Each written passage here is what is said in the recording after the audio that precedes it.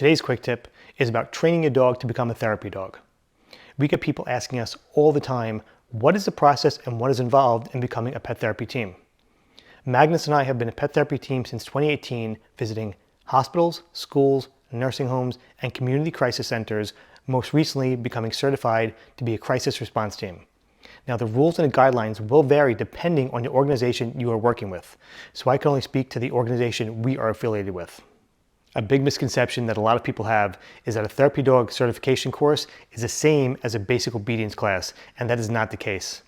Before entering a therapy dog training program, your dog should already have basic obedience, home manners, loose leash walking, never jump up on anybody, never bark at anybody unless it's for a specific command or a task, and they should be comfortable not only around all people, but be able to be touched by anybody, because in a therapy dog situation, your dog's job is to interact with the people around them.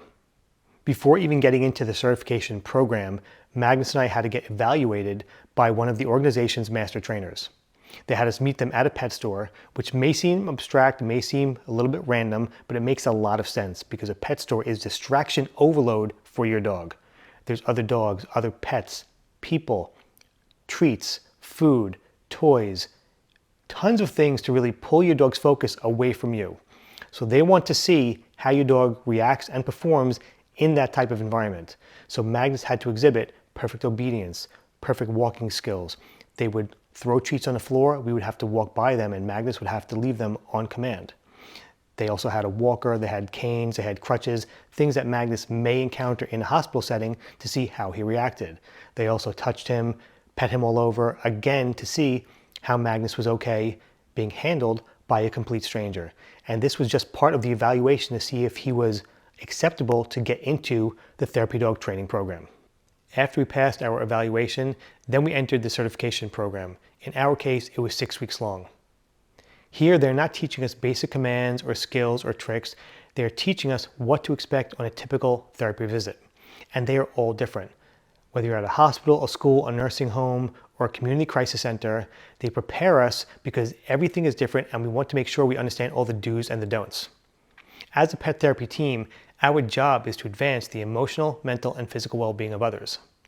And during these visits, our dog's job is not to help us, it's to help the other people, it's to benefit the other people, and it's to comfort the people we are visiting. After completing the course, Magnus and I were now a certified pet therapy team and could go on official therapy visits.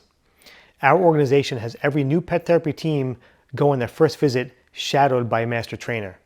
The purpose is to make sure everything goes smoothly, everything goes correctly, and to make sure as a new pet therapy team, we are comfortable with the entire process. Every organization may handle this differently, but the organization I work with lets me pick and choose where I go on a visit. So they give me a master list of all the different places they're associated with, and I can decide where I want to go. Whether it's a hospital and which hospital that is, whether it's a school, a nursing home, wherever I want to go, I get to choose and decide. Depending on where you visit depends on what the schedule is. So certain facilities let me dictate my schedule and I can decide when I'm going and how often.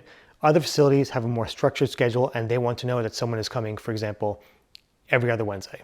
It really depends on the organization and the facility you are visiting. The last part is to continue to go on therapy visits. Our organization has us get reevaluated and recertified every single year.